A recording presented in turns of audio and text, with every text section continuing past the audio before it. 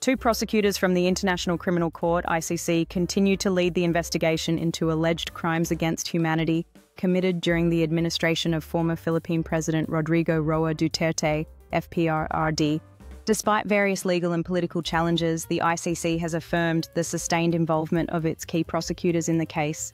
According to official sources, the lead prosecutors remain steadfast in pursuing justice for thousands of alleged extrajudicial killings linked to the Duterte administration's controversial war on drugs. The ICC's Office of the Prosecutor, OTP, has emphasized the importance of continuity and experience, particularly as the case progresses to more complex stages of evidence assessment and witness protection. Habang ang mga tagapagtaguyod ng karapatang pantao ay nagsasagawa ng mga rally upang ipakita ang kanilang suporta para sa mas malalim na investigasyon, ang gobyerno ay patuloy na nagtatanggol sa kanilang kakayahan sa mga lokal na proseso. Ang international community ay nakatuon na ngayon sa mga kaganapan, umaasang ang mga testimonya at dokumento ay magiging susi sa pagtiyak ng katarungan para sa mga biktima ng mga paglabag sa karapatang pantao. Patuloy na kinukwestiyon ng gobyerno ng Pilipinas ang jurisdiksyon ng ICC, idinadawit na kayang magsagawa ng sariling investigasyon ang mga pambansang institusyon. Ngunit iginiit ng mga tagapagtaguyod ng karapatang pantao na ang mga lokal na proseso ay hindi sapat, kaya't nagresulta ito sa intervention mula sa international na komunidad. Ang pag-unlad na ito ay kasabay ng pagsusumite ng bagong hanay ng mga dokumento at testimonya na sumusuporta sa mga paratang na lalong nagpapaigting ng pansin ng international sa patuloy na mga proseso. Sa ngayon, hindi inilabas ng ICC ang mga pangalan ng dalawang taga-usig para sa kanilang seguridad, subalit tinitiyak nila sa publiko na aktibo pa rin ang kaso alinsunod sa due process at international na batas. Ang mga taga-suporta ng dating Pangulo ay patuloy na nagtipon-tipon sa labas ng korte, umaasang ang kanilang leader ay makakabawi mula sa mga paratang na ito.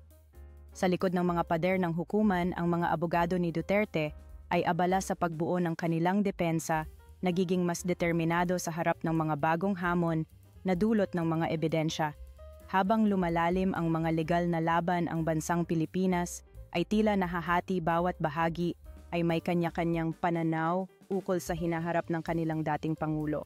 Sa kabila ng pinakabagong pagsusumite ng bagong set ng ebidensya ng mga taga-usig ng International Criminal Court ICC sa kasalukuyang kaso laban sa dating Pangulong Rodrigo Roa Duterte, ang kanyang pamilya at matatag na taga-suporta ay patuloy na nag-express ng malakas na pag-asa para sa kanyang panghuling pagpapawalang sala at mabilis na pagbabalik sa Pilipinas.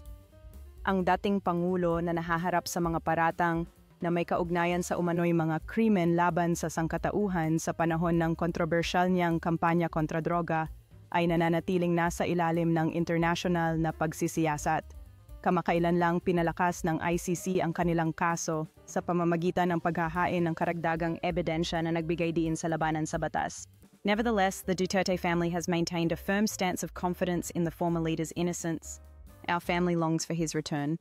In a brief statement, a family representative said, "We continue to believe in the integrity and leadership of FPRRD. We are hopeful that justice will prevail and that he will be acquitted of all accusations." Longtime supporters from Davao and across the country have also rallied online, echoing their support through the hashtag #HamadBringDuterteHome.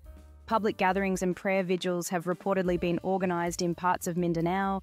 While legal proceedings continue abroad, the clamour for Duterte's homecoming reflects the enduring loyalty of his political base and family, a force that remains unwavering amid intensifying developments.